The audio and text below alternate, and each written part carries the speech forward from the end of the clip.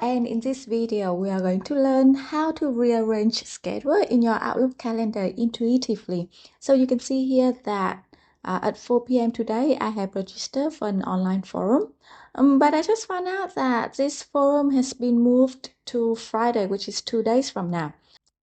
Now, whenever we want to reschedule a meeting, the usual way is to click on the meeting itself and then reschedule it manually. But please don't do that. Let me show you a better method. So make sure that the month view is being opened.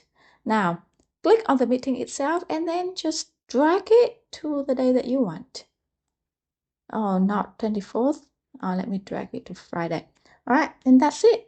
But I just realized that the meeting has been moved from 4 p.m. to 4:30 p.m. And it seems like I cannot move the time around. I can move it to another day, but I cannot move the time around. So what do we do? Well, no worry. Just change from the month view to week view.